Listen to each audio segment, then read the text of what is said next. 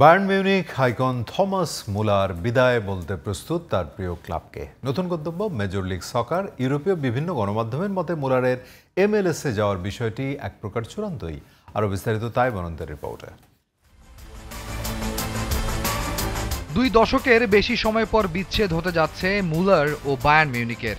দুপক্ষ থেকে কোনো আনুষ্ঠানিক ঘোষণা না এলেও ইউরোপীয় বেশ কিছু গণমাধ্যম থমাস মুলারের বিদায় গল্প লিখে ফেলেছে। স্কাই স্পোর্টস বলছে থমাস মুলার সম্ভবত লস অ্যাঞ্জেলস এফসির জার্সি পরতে যাচ্ছেন।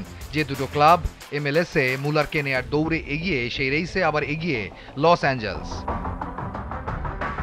চুক্তির হিসেব নিকেশও অনেকখানি হয়ে গেছে। সামনের 7 থেকে 10 দিনের মধ্যে আনুষ্ঠানিক ঘোষণাও চলে আসবে। যদি তাই হয় তবে মেসি ও বাকি আইকনিক প্লেয়ারদের মতো MLS রাঙাবেন থমাস মুলার। বায়ার্নের জার্সি গায়ে 750-র বেশি ম্যাচ, 250 গোল আর রেকর্ড 276 অ্যাসিস্ট বুঝিয়ে দেয় জার্মান ক্লাবটির জন্য কতটা নিবেদন ছিল থমাস মুলারের। 12টি বুন্দেসলিগা ট্রফির অংশ থমাস মুলার। এছাড়া 2টো চ্যাম্পিয়ন্স ট্রফি বায়ার্নের ঘরে যে গেছে তাতেও অবদান এই কিংবদন্তির।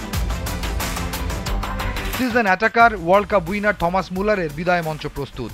সেই মঞ্চে যে কেঁদে কেটে চোখ ভাসাবেন মুলার, সে তো অনুমেয়। তাই বনন্ত, জিটিভি নিউজ।